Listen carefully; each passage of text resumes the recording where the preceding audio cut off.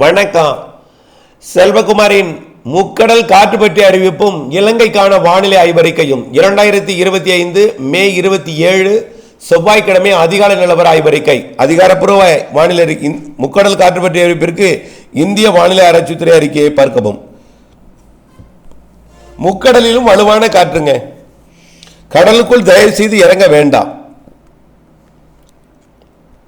அரபிக்கடலில் சரக்கு கப்பலே மூழ்கடிக்கப்பட்டிருக்கிறது. தயவு செய்து முக்கடலிலும் யாரும் மீனவர்கள் மீன்பிடிக்க இறங்க வேண்டாம்.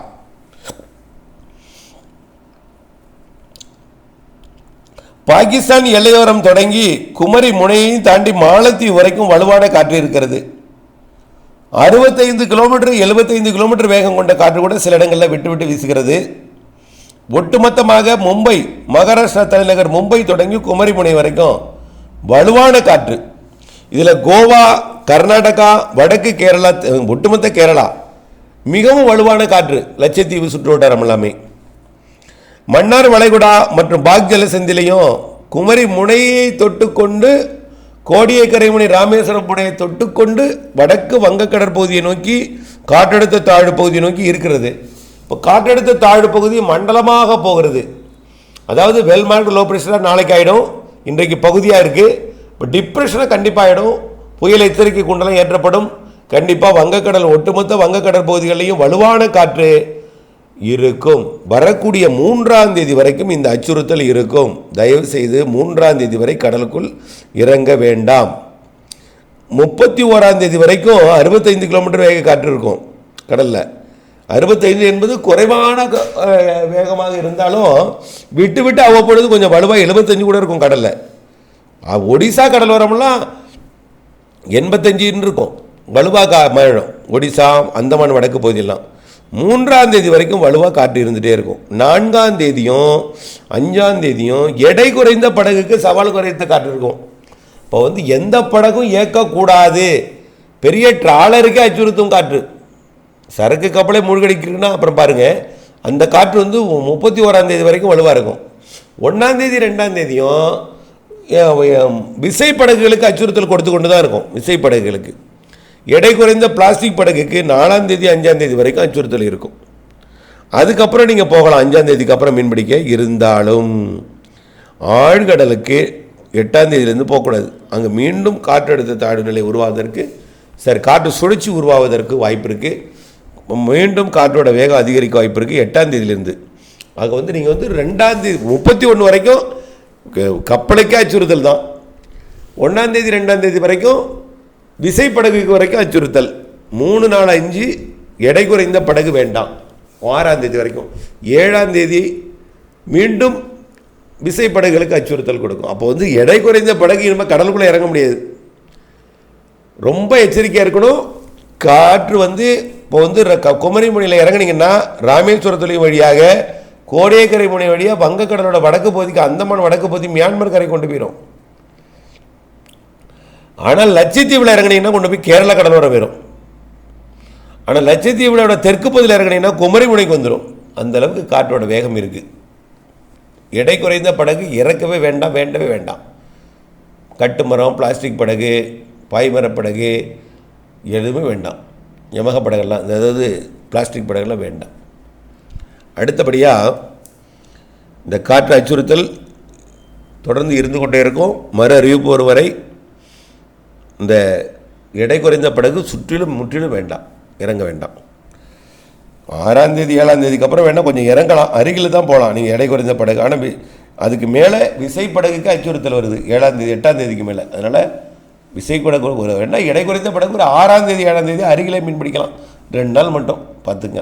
5 6 7 மட்டும் 5 6 7 மட்டும் பிடிக்கலாம். ஓகே. அடுத்தபடியாக இலங்கைக்கான வானிலை ஆய்வறிக்கை. இலங்கையை பொறுத்த வரைக்கும் தினசரி மழை தாங்க. சாரல் மழை, தென்மேற்கு பருவமழை பொழிந்து கொண்டிருக்கு எல்லா மாகாணங்களுக்குமே. தூறல் அங்கொன்றும் இங்கொன்றும் தூறலாக. இலங்கையோட தென்மேற்கு பகுதியில் நல்ல மழை தொடர்ந்து இருந்து கொண்டே இருக்கும். தென்மேற்கு பருவமழை என்பதனால இதில் 30 31ஆம் தேதி கொஞ்சம் கூடுதல் மழை தெரியுது. காற்று குவிதல் என்பது தமிழ்நாட்டின் தென் மாவட்டங்கள் மற்றும் இலங்கையில் இருக்கும் அதிகமாக. தமிழ்நாடு மற்றும் கேரளா, மகாராஷ்டிரா வழியே நுழைகிறது. பெரும்பாலும் தென் மாவட்டங்கள் வழியாக தென் மாநிலங்களோட தென்கோடி பகுதிகள் வழியாக இலங்கை வழியாக வரக்கூடிய நாட்களில் இருக்கும். அதனால் கொஞ்சம் மழை கொஞ்சம் கூடுதலாகும் 29-30. ஆனால் தொடர்ந்து மழை தாங்க, மழை இல்லாத நாளே இருக்காது. மழை இலங்கைக்கு சாரல் மழை இருந்து கொண்டே இருக்கும். இதில் 1ஆம் தேதிக்கு அப்புறம் கொஞ்சம் தீவிரம் குறைஞ்சிருந்தாலும் ஆங்காங்கே தூறல் நனைக்க மழை இருந்து கொண்டு தான் இருக்கும். இது 7ஆம் தேதி 8ஆம் தேதிக்கு அப்புறம் மழைப்பிடிப்பு கொஞ்சம் கூடுது. 7ஆம் தேதி 8ஆம் தேதிக்கு அப்புறம் மழைப்பிடிப்பு மாலை இரவு மழைப்பிடிப்பாக தான் அது தெரியுது. கொஞ்சம் தென்மேற்கு இலங்கையில் இங்கே கொழும்பு காலி பகுதிகளில் சாரல் மழை இருக்கும். உள்ளே போய் மலைப்பகுதிகள்லையும் சாரல் இருக்கும். கிழக்கு பகுதியில் மாலை இரவு மழைப்பிடிப்பு கொண்டு வந்து கொடுக்கும். கிழக்கு பகுதி அதாவது திரிகோணமலை கல்முனை இடைப்பட்ட பகுதி 7, 8, 9, 10 எல்லாம் அங்கே இலங்கையில் மழை இருந்து கொண்டே இருக்கும். அதான் சுருக்கம். சாரல் மழை, தூறல் மழை, இதமான வெப்பம், புலிந்த சீதோஷ்ண நிலை, காற்று கொஞ்சம் காற்றோட மழை இருக்கும். காற்றுனா அச்சுறுத்தும் புயல் காற்றெல்லாம் இல்லை, சும்மா லைட்டாக அசைஞ்சிக்கிட்டு குளிர் காற்று இருந்துகிட்டே இருக்கும். தென்மேற்கு பருவமழை காலத்தில் இப்போது இலங்கையில் பெரிய அளவில் பாதிக்கும் மழை இல்லைன்னாலும் இலங்கையில் ஏரி குளங்களை நிரப்பும் மழைப்பிடிப்பு தென்மேற்கு பருவமழை காலத்திலேயே காற்று சுழற்சி உருவாக்கி கொடுக்கும். அது இருக்குது. புரட்டாசி ஆகஸ்ட் செப்டம்பரில் இலங்கையில் கூடுதல் மழை இருக்குது.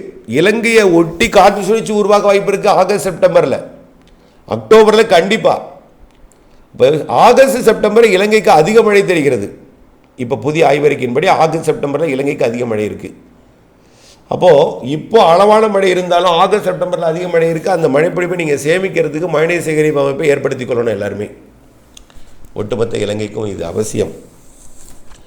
அடுத்தது பார்த்திங்கன்னா வடகிழக்கு பருவமழை சராசரிக்கு அதிகம் என்று ஏற்கனவே சொல்லியிருக்கிறோம்.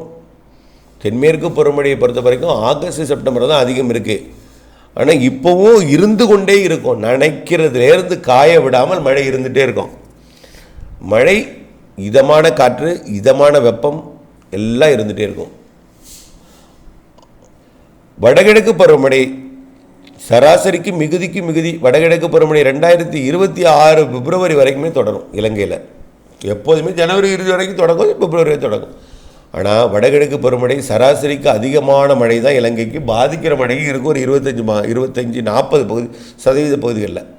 கடந்த ஆண்டே வெள்ளப்பெருக்கு அடிக்கடி ஏற்பட்டுகிட்டே இருந்துச்சு இலங்கையில். பல மாகாணங்கள் வான்கதவுகளும் திறக்கப்பட்டது இலங்கையில். ஆகவே மழைப்பொழிவு என்பது இந்த ஆண்டு பற்றாக்குறை என்பதற்கு வழியே இல்லை. அதிக மழை தான் இருக்குது இலங்கையை பொறுத்த வரைக்கும்.